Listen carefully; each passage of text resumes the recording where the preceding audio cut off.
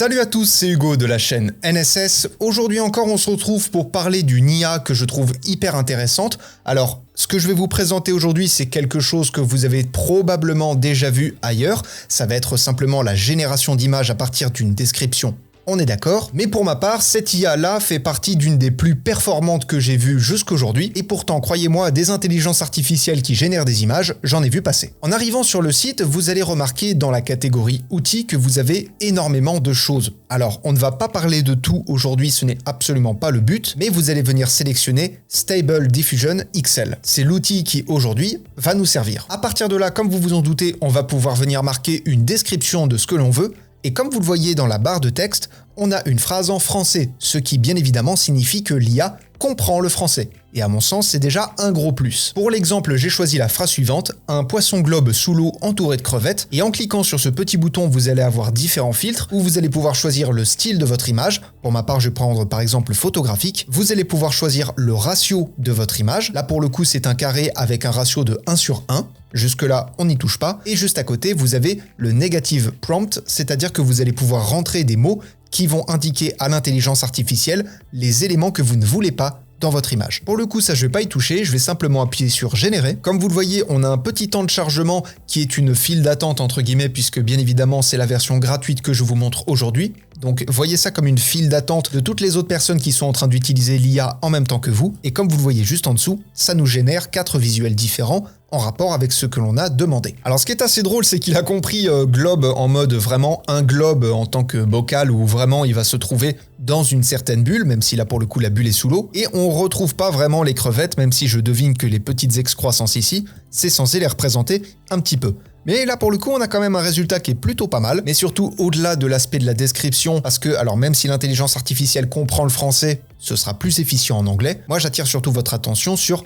la qualité d'image, où on a quand même quelque chose de relativement professionnel, on a quelque chose de vraiment poussé. Et on va tester avec autre chose. Alors toujours dans un style photographique, j'ai mis une voiture de sport avec des lumières néons la nuit. Sauf que cette fois-ci je l'ai marqué en anglais. On va voir ce que ça nous donne. Voilà, et là pour le coup, c'est sans appel. Putain, même moi, je suis bluffé pour le coup. On a vraiment quelque chose de très très bon, on a vraiment quelque chose d'hyper quali. Et là pour le coup, on a vraiment ce que l'on voulait. Un style réaliste avec une voiture de sport, un style néon et surtout la nuit. Là pour le coup, on ne peut plus ravis. Et je pense que vous avez saisi globalement tout l'intérêt de cette IA. C'est vraiment la qualité, c'est vraiment l'efficacité dans ce que vous rentrez. Encore une fois, privilégiez quand même l'anglais plutôt que le français, même si ça comprend le français. Et je vous mets en plus à l'écran quelques exemples de ce que j'ai généré avec la phrase que j'ai rentrée, bien évidemment. Et comme vous le voyez, à chaque fois, c'est bluffant. Et donc personnellement, je mets cette IA tout en haut de ma liste pour ce qui est de générer des images.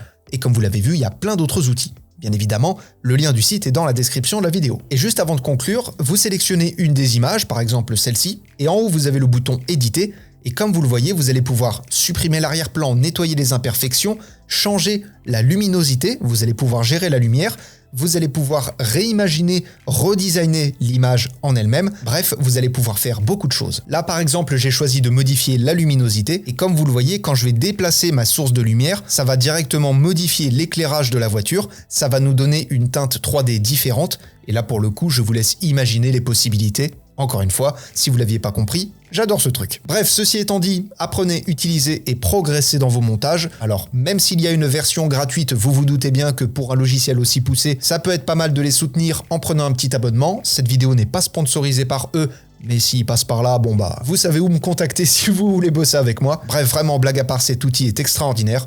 Le lien est dans la description de la vidéo. Et vous avez également toutes les plateformes Artlist, Artgrid et Motion Array pour soutenir la chaîne. Je vous en ai parlé maintes et maintes fois, je vous laisserai aller voir, je pense que vous commencez à connaître. Je vous fais des bisous et à plus.